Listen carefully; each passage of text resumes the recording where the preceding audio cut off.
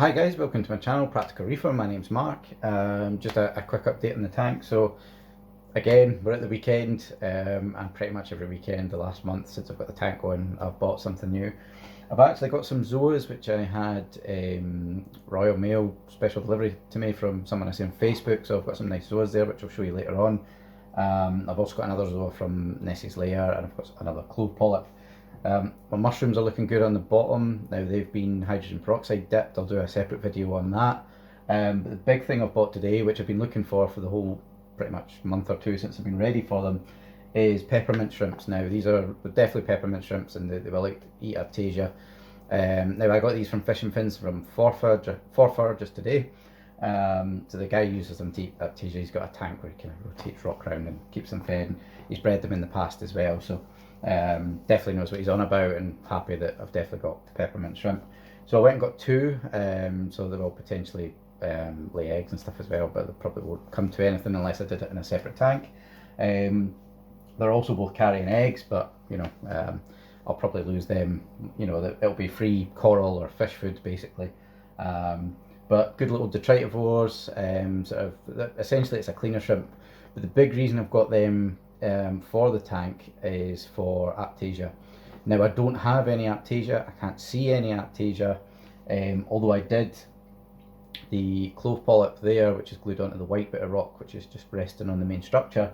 When I went to glue that down, I did actually find a little aiptasia underneath it pointing down the way, so I would never have saw it. And dips don't kill aiptasia as well, so dipping it or not, it wouldn't have mattered. Now when I did secure it down onto the rock, I did it with quite a big dollop of glue, so the aiptasia's sealed in that, and it'll be dead now. But there's a chance that it could have put some spores in the tank. But I kind of had a plan to put peppermint shrimp into the tank anyway. Aiptasia is one of those things that dips don't kill it, and unless you see it, it's one of these things that will probably get into your tank. But if they do get into my tank now, I'll probably never ever see them. And I think with aiptasia, once they get a bit bigger, peppermint shrimps is maybe the last one they'll go to. So you know, I'd rather, if they do get into the tank, that I'll never ever know about it. And my peppermint shrimps, so I'll eat them basically from when they're very, very tiny, and they'll scavenge about the tank. They're good little scavengers as well. It's essentially like a cleaner shrimp, but they have that added benefit of eating aiptasia as well. So I'll get in a little bit closer. I'll let you see them in the bag. I'll let you see them in the bag first, just because when I release them they might just go and hide, so it might be a struggle to get them. But I'll get a little close up of them, I'll let you see them, and then I'll get them acclimated and I'll get them in the tank. So guys, here they are in the bag. Clownfish are just checking them out. So I do have two of them there. They're actually quite small, they're only maybe a couple inches long. Obviously the antenna a bit longer. The clownfish is obviously expecting to get fed, although he already has been. Or he, maybe she.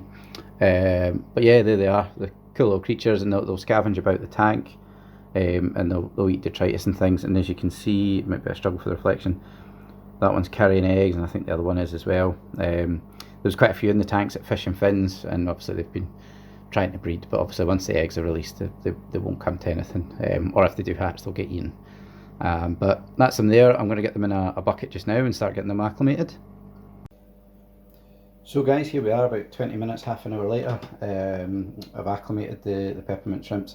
Now I've caught them in the bucket in a jug. I'm not a fan of catching things with antennae and barbs and things and nets, although you're trying to avoid putting any water from other tanks into yours. But here are my two peppermint shrimps. I'll pop them out of the way of the flow. I just thought I'd give you a wee chance to see them going in as well. They're pretty active. Oh, there goes number one. Go closer to that rock. The other one's away. They're actually both just hanging onto the jug. Oh, there goes that one. And there went the label off the bottom of the jug, which I'm now going to have to fetch. I didn't realise that was still on there.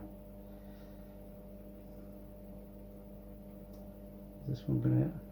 There it goes. He's away. I'll find a wee spot in a minute. The other one's just sitting on the rock. The other one's joining him. And there we go. That's my two peppermint shrimps. And the label off my jug. which I'm actually just gonna put my hand in because it's in a great place to grab it.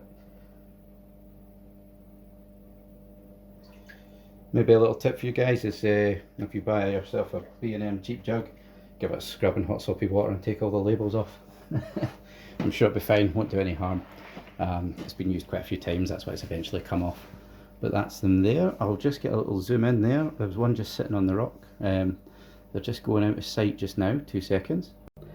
There we go guys, that's one of the peppermint shrimp. The other one is behind my tail spot blenny somewhere.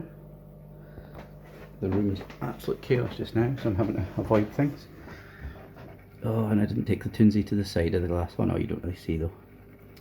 And there we go, and that's peppermint shrimp number 1 and number 2. A little bit green on that side. I did clean the front glass just while I was filming this, but I forgot to do the sides. I'll be doing that today anyway, but that's them in the tank there, guys. Good little scavengers. There's the clownfish as always, looking to be fed.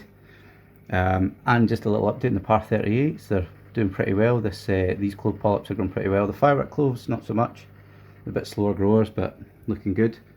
But that's my peppermint shrimps there. So any aiptasia that appear in my system should be devoured by these two. So yeah, really happy with those. Guys, as you can see in the beginning of the video there, the peppermint shrimp that I bought were already heavily laden with eggs. And what I didn't realise is not the night after, but the night after that, they actually released all the eggs into the tank. I'd heard a bit of a noise and I went to investigate, and all the eggs had hatched, and I think from both of them, to be honest. So there was absolutely hundreds of them in the tank, and I wasn't set up and I wasn't planning to breed peppermint shrimp, and it just so happened the ones that I bought were full of eggs anyway. So it was really, really interesting to see. It was a bit of a shame that I didn't have hatched baby brine shrimp to be able to feed them. But that's, you need a whole setup to breed peppermint shrimp and things like that. So I'll let you see them. They free swim in the tank, and to be honest, I think the clownfish had a good time eating a lot of them as well, and some of them probably got sucked into the filter, which is a bit of a shame. But unfortunately, I just didn't have the ability to raise the baby peppermint shrimp. So maybe something for the future, but I'll let you see them in the tank just now. I'll add that into the video here.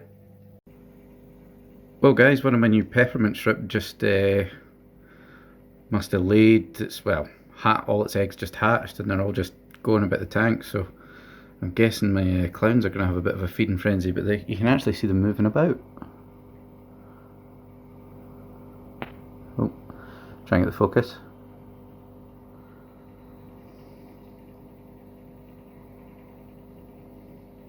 Who knows, some of them might make it.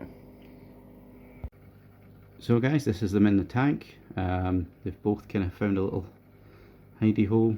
They're not aggressive towards each other, they just seem to be hanging out. They're a bit fatter than I remember. Saying that, these two are carrying a lot of eggs. They were like that in the shop, but there they go, off and away. Now, they do hide a bit as well. They will find little corners. I was looking at the tank in the shop for quite a length of time, and I didn't see these at all. And it wasn't until after maybe about half an hour in the shop, I saw one, and he had about a dozen in the tank. So they will hide. However, if I really, really need to find them, my tank there's lots of caves and arches, but generally if I look either through the sides or the front, I can get a view of pretty much anywhere in the tank. So there are some little nooks and crannies that they'll be able to hide in. I won't be able to see them, but they won't be able to hide that well. So hopefully they'll do things like this, and they'll feel safe under this little archway, but I'll still be able to see them. Or I've got this archway here as well, and the other one is in that little rock at the back, which this mushroom rock will be moving eventually anyway, so I will be able to see them. I wonder where the other ones went, but yeah, they're better at hiding. But yeah, hopefully things like this, they'll sit in this little cave here and just clean away, or until night time comes, and then they'll do their job. But yeah, really, really happy with those. I hope you enjoyed the video, guys. Give me a little comment below. What do you think of peppermint shrimps? Now, these are definitely peppermint shrimps. They're not camel shrimps that may eat polyps. But obviously if they do, I'll report back. But hope you enjoyed the video, guys, and I'll catch you all next time.